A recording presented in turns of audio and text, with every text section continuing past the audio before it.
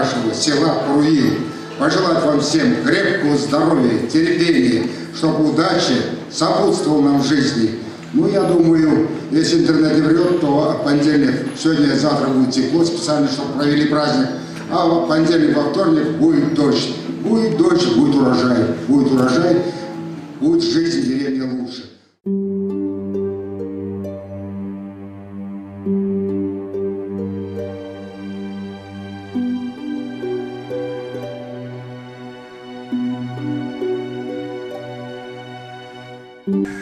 В 2003 году мы перешли в ОАО «Дружба» и на общем собрании передали генеральному директору 50% голосов и плюс 1 голос в доверительное управление. Я ни у одного акционера, как у них были 12 миллионов акций, я ни одну акцию их или имущества не трогал. Ну, я делал эмиссию, и члены правления, и ревизионной комиссии согласились. Я подтверждаю, что без моего ведома меня включили в акт, и без моего ведома за меня расписали.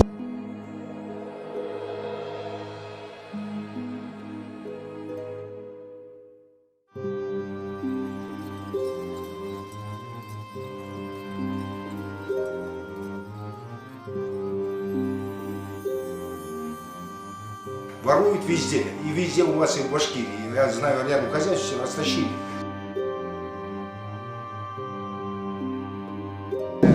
Я вот предпенсионер.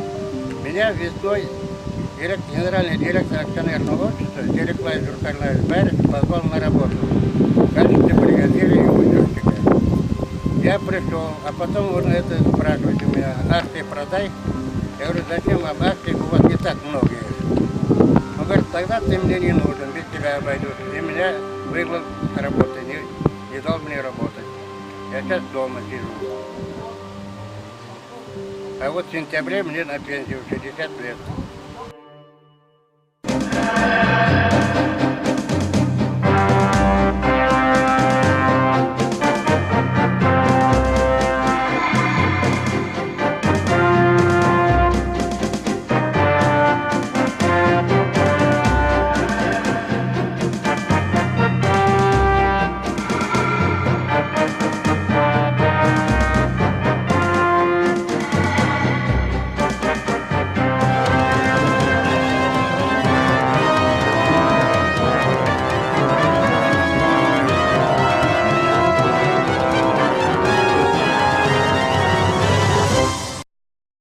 Герасимов Владимир Максимович от имени наших акционеров ОАО «Дружба», муниципального образования Кувандысский городской округ Оренбургской области, обращаемся к вам, уважаемый Бастрыкин Александр Иванович, Следственный комитет России, для того, чтобы вы решили вопрос с нашей проблемой. Дело в том, что в 2003 году мы перешли в ОАО «Дружба» и на общем собрании передали генеральному директору 50% голосов и плюс 1 голос в доверительное управление.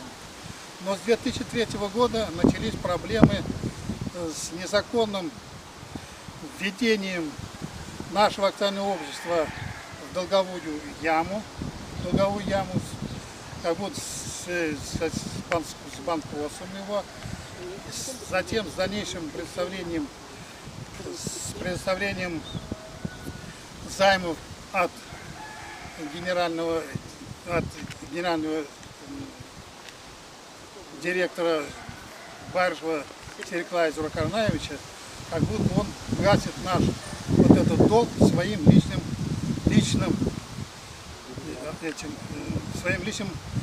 личными деньгами. И вследствие с этого у него получился контрольный пакет 70% этих контрольных имущественных акций. Затем начинается у него с 2003 года без согласования с акционерами незаконная распродажа имущества. Это и сеялки, трактора, комбайны, подвижные металлоломы, орошаемые, новые базы сидекторокла, вывез разработка комплекса, дальнейшая продажа лошадей, и коров КРС и другого имущества. Мы просим вас, Александр Иванович, разобраться в этом вопросе, навести порядок, так как наше обращение, которое мы инициировали еще с апреля 2018 года и в прокуратуру, и в Следственный комитет нашего городского округа, вопрос не решается, потому что идет типа круговая порука. Наши обращения не крутят по кругу и не дают ход ни Следственному комитету при обращении в прокуратуру, вернее к батюшке, хочу прекратить вот это все продажу без согласования акционеров. Он нам заявлял, что жалуются куда, хоть в прокуратуру, хоть самому Путину. То есть какая-то идет нагло идет циничное невосприятие как ситуации, так и всех этих наших правоохранительных органов. Поэтому мы просим навести порядок в этом вопросе и дать ход всему следствию, которое формируется вот и по незаконному усвоению имущества, и акций этих, и по незаконной продаже не только нашего имущества, а и незаконного приобретения вот этих земельных паев, потому что на какие средства, ну на наши, скорее, средства, и земельные приобретаются паи вот эти, и оформляются на поставных лиц. Идет, наверное, сейчас вот, наверное, незаконная приватизация всех этих мехтаков, наверное, и всех этих мастерских и так далее. Поэтому просим навести порядок. Вот наша просьба. Мы находимся сейчас на молочном комплексе. Вот здесь находился кормоцех. Кормоцех. Все разбомбили, все вытащили. И продал Сериклай Зулкарнаевич Байрышев, господин. А здесь у нас вот это первая молочная база на 400 голов. Ага. Сейчас он продал, не знаю за сколько миллионов, москвичам. Ага, москвичам. Без собрания, без разрешения акционерного общества. Это больше родильное отделение, рассчитано на 200 голов. Ага. И вот на каком состоянии сейчас. Он мог бы служить лет 50-60. Балансовая стоимость общего комплекса составляет 370 тысяч рублей. А он построен в 1982 году только. Мы сейчас приехали в ферму Аскарова. Вот перед нами находится четырехрядка. Здесь находилась стельные телки 200 голов. А рядом вот склад для фуража. Ага. Вот рядом находится кочегарка. Здесь готовили для маленьких телят кашу. Ага. А сзади телятник было на 150 голов. Все, его осталось только фундамент. Вот рядом находится, вот, ага, передо мной находится, вот, находится тоже телятник. Голов, наверное, 150. Тоже все разбомбили за 3 года. С 15-го начали, вот, до 18-го. За 3 года ничего не осталось. Вот. Вот еще одна вина Сергея Захаровича Байрышева. Засевает, каждый год засевает паровые поля, которые были в прошлом году под подсолнухом. Там ничего путем урожая не дает, а он отчитывается это за паровые поля, и за это ни налог, ничего не платит, я так думаю. И вот это зерно, которое там вырастил, он раздает на пай, который ничего не кушает. И куры не клюют, ничего, это опрыскивает удобрением, это химикатами.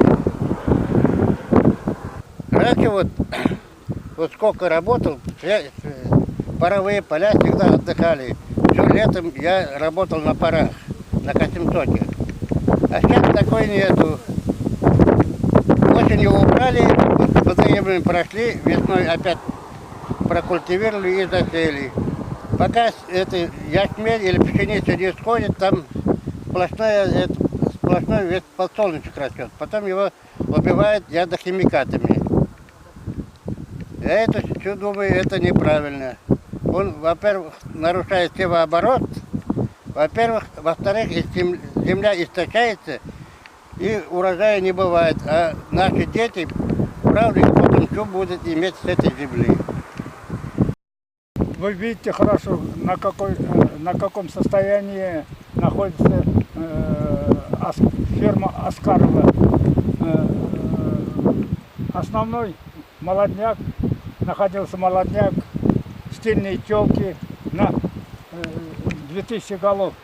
Кроме этого, у нас была ферма Каракуля, Донегород. Было построено в 2014 году, существовало всего 3 года на 200 голов. Его разобрал новый и куда-то он продал. И сейчас у нас 200 голов находится ферма Брангулова, дойных коров.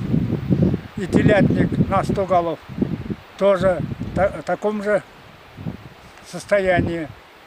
Это разруха, результат деятельности Байершева Сереклая Зулкарнаевича. Кроме этого, он в 2012 году был судим 159 статьи, часть 3, за растрату и захищение в крупном размере. Получил наказание условно и было снято с районного депутата и 35 тысяч штрафом.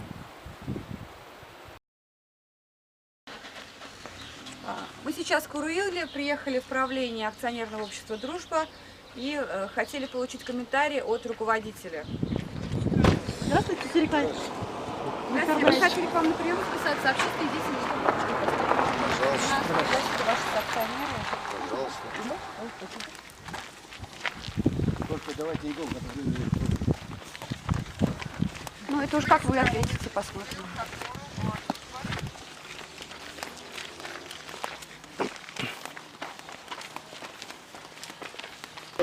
Ну, сейчас надо.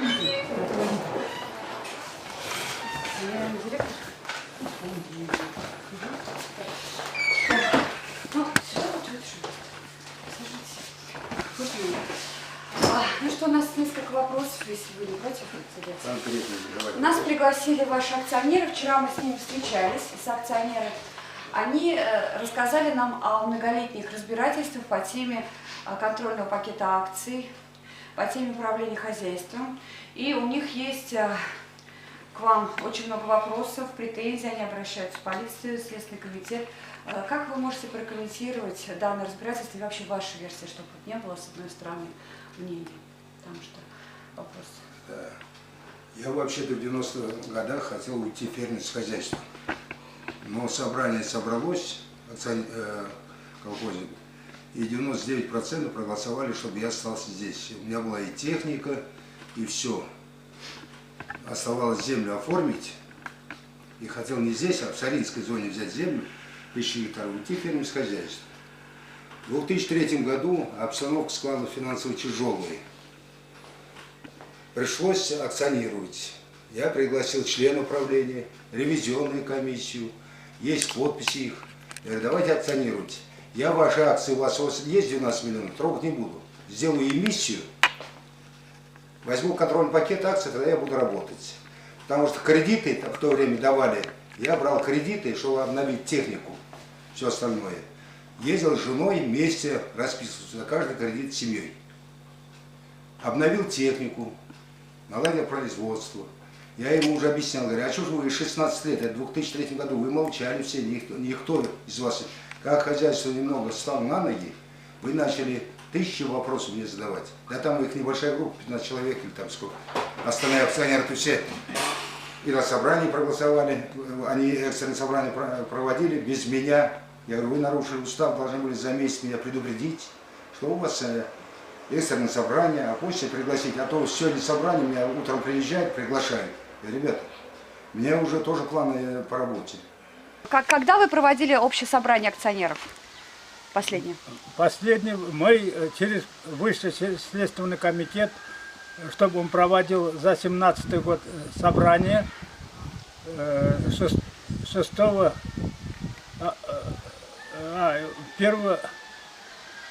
1 февраля 2019 году мы проводили собрание. Есть у нас протокол собрания, присутствовало 118 человек, акционеров. И это собрание мы сняли его 70% пакет акций. С какого числа собрание проводили? 1 февраля 2019 года. Объявление вы вешали о предстоящем собрании? Везде было, даже около конторы, при заходе на доски объявления. Заранее вы развешивали объявление? За какой период?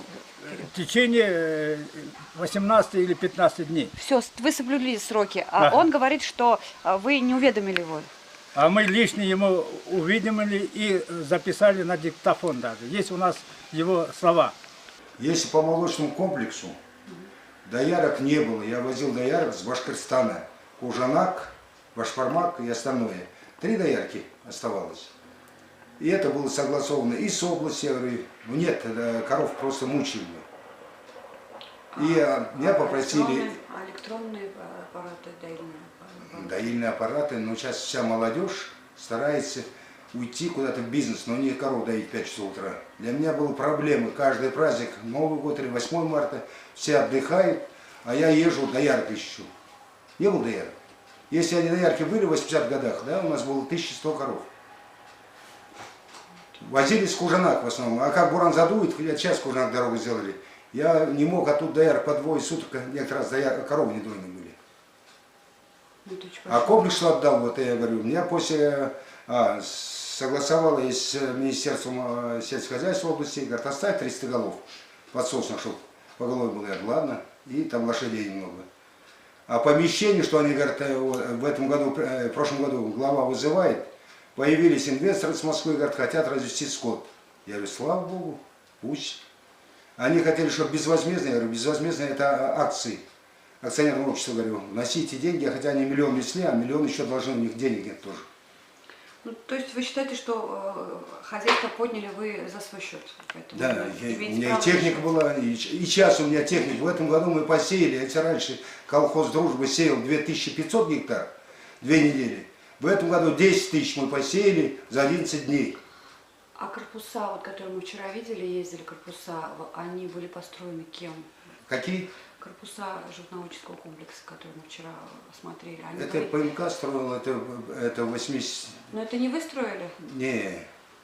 В 82 году я собирался, я вам говорю честно, я работал в большевике, собирался уехать в Гай. Меня пригласили, главным сотрудником, на птицефабрику.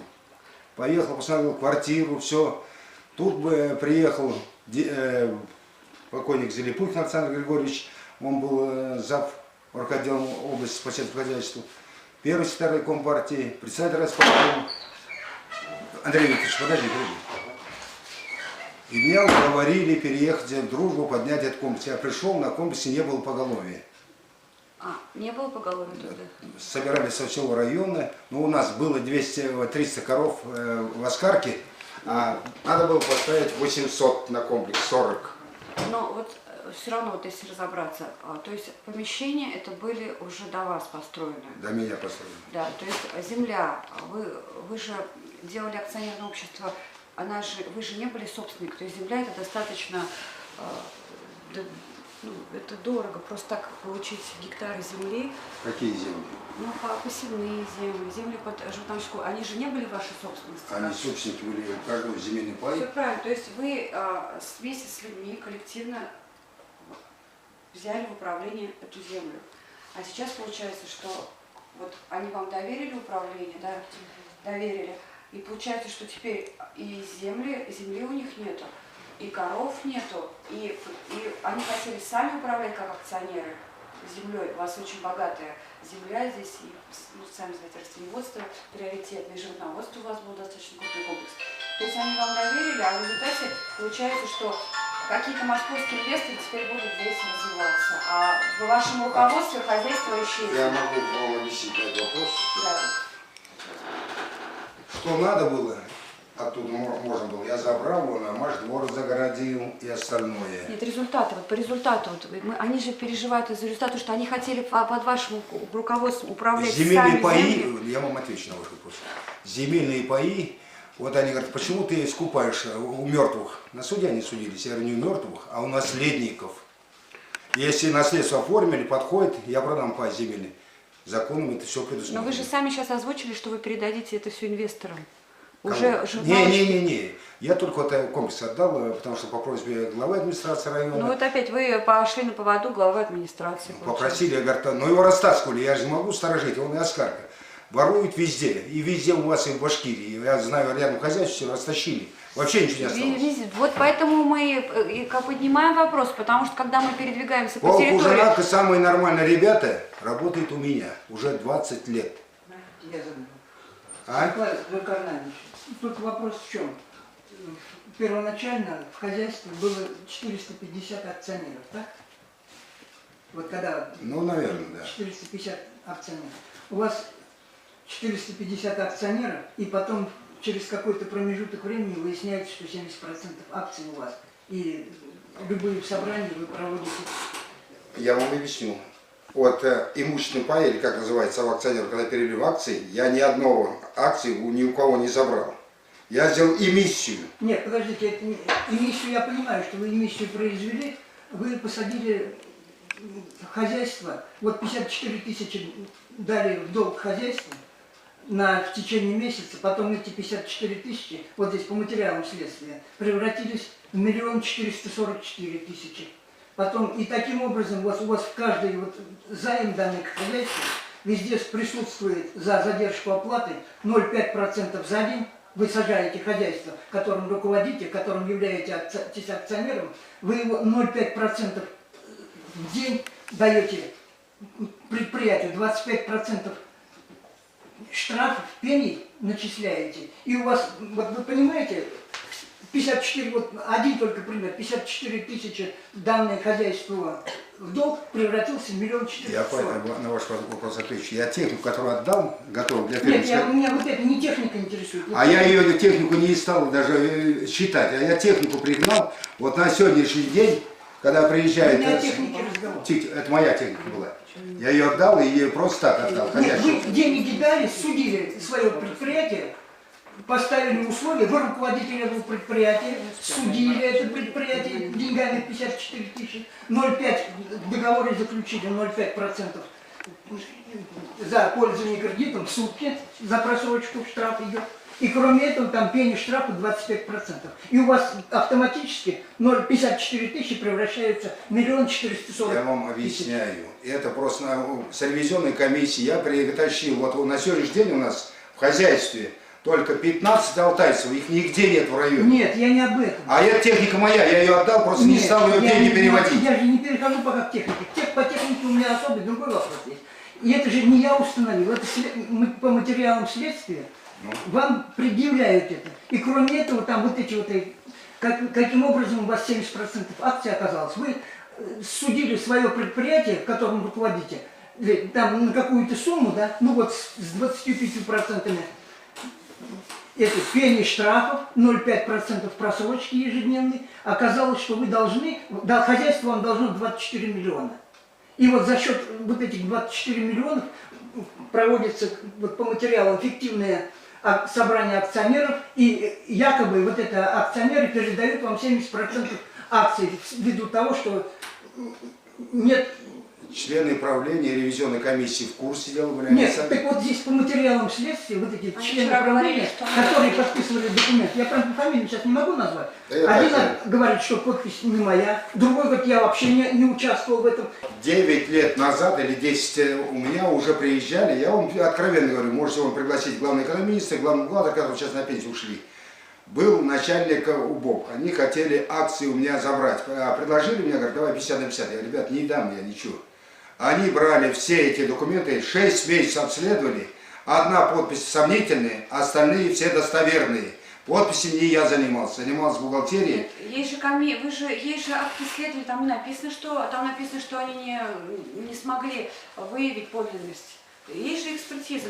А я вам говорю, я еще раз говорю, перед Богом и Аллахом говорю, там, вот у меня где-то, вот я просто не удержал это, что одна подпись сомнения, остальные все.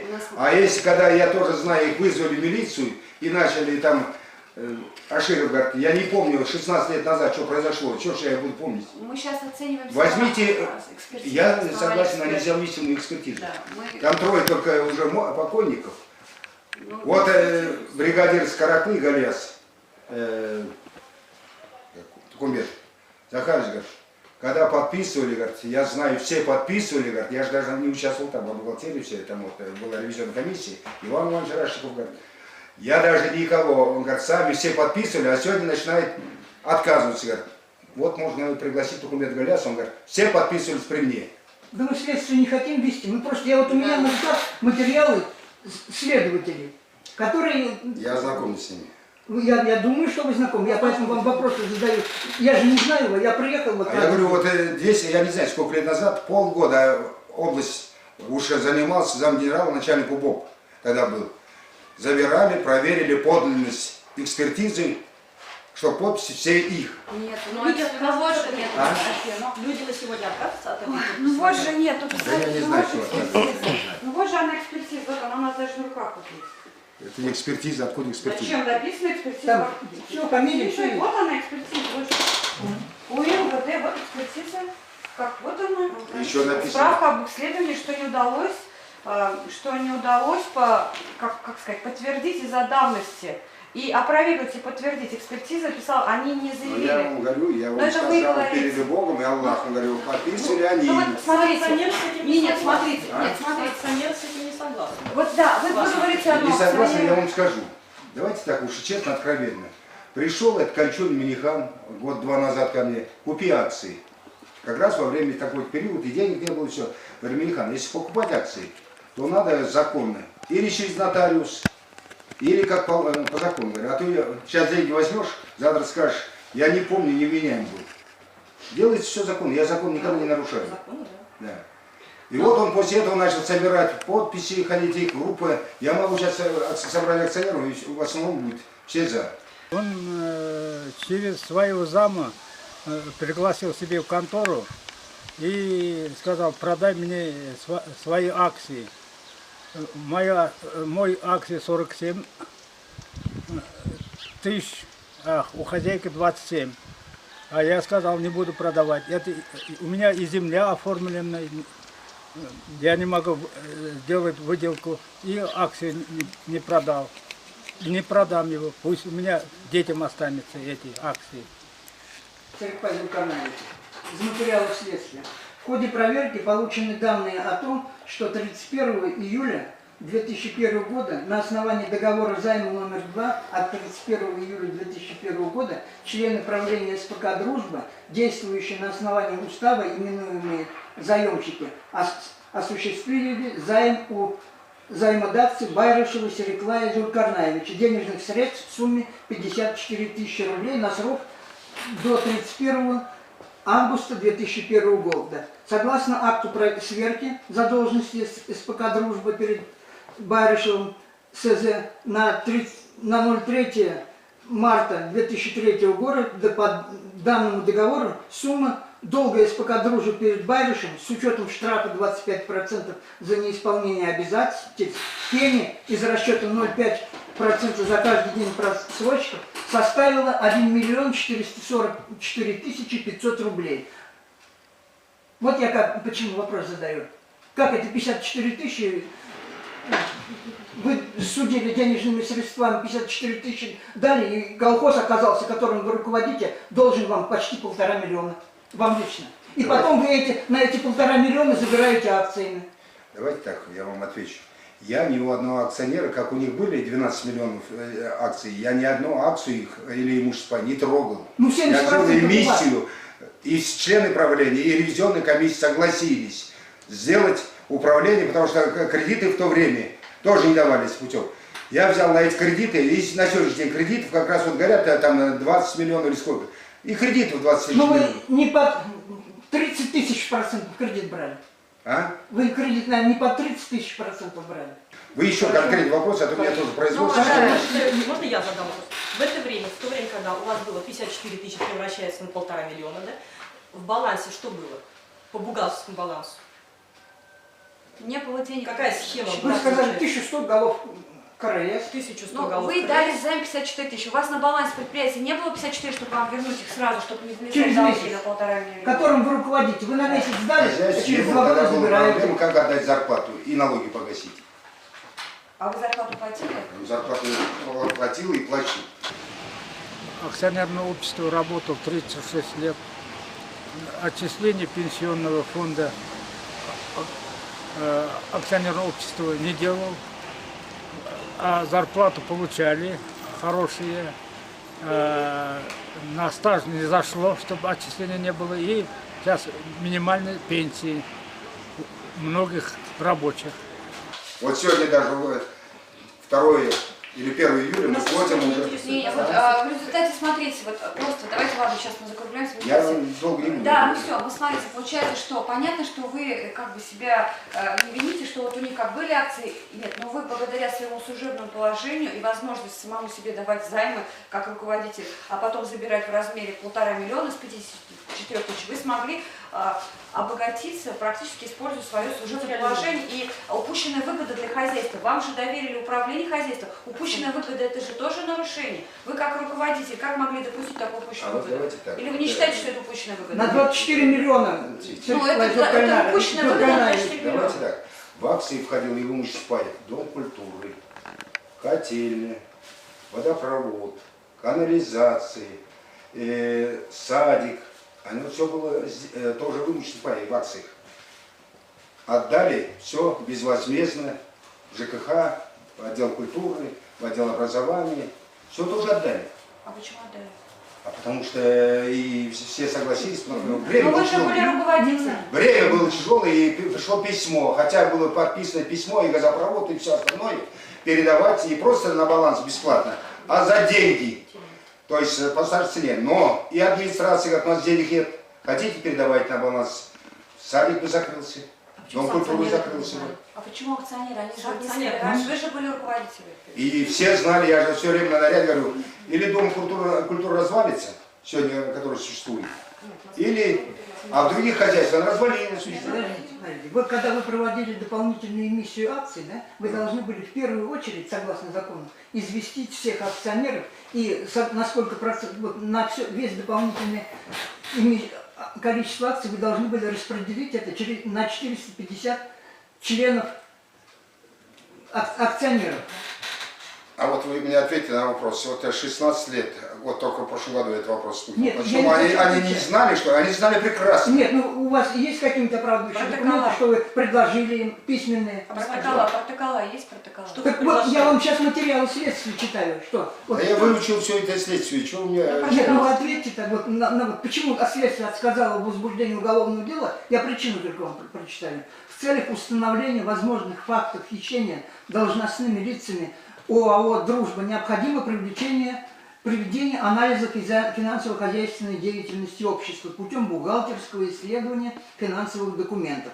В рамках материалов проверки необходимо установить, имелись ли факты возможности у Байрышева осуществить займ из ПК «Дружба» в сумме 1 056 000 рублей, поступили ли займные денежные средства на СПК «Дружба». Таким образом, на момент принятия решения по материалу проверки отсутствуют достаточные данные, указывающие на признаки преступления и необходимые для возбуждения уголовного дела. Данное постановление подлежит отмене, поскольку по материалу проверки не выполнены все необходимые мероприятия. Следствие не доведено до конца, поэтому возбуждение уголовного дела отказано. Сейчас вот в чем причины. Нет, Сейчас давай хотят так, хозяйство. я конкретно ответил на ваши вопросы. У меня времени нет. Все. Вы вот езжайте в свои хозяйства, начиная Кужанак, Хорошо. Янубай, которых там ничего не осталось, они все здесь работают. Хорошо, спасибо. Ну, у нас есть Тавакан, почему все? А? Поскольку там есть и Тавакан у нас, ну, у нас, вы же знаете. Я имею рядом. Нет, зачем? Вы приехали по вашим, по просьбе ваших акционеров. Спасибо. До свидания. Спасибо. До свидания. До свидания. Особенно при Сарбаеве. Я его хорошо знаю, Раиса Александровича. Ну как это он сейчас... Ну, его же нету сейчас Сарбаева.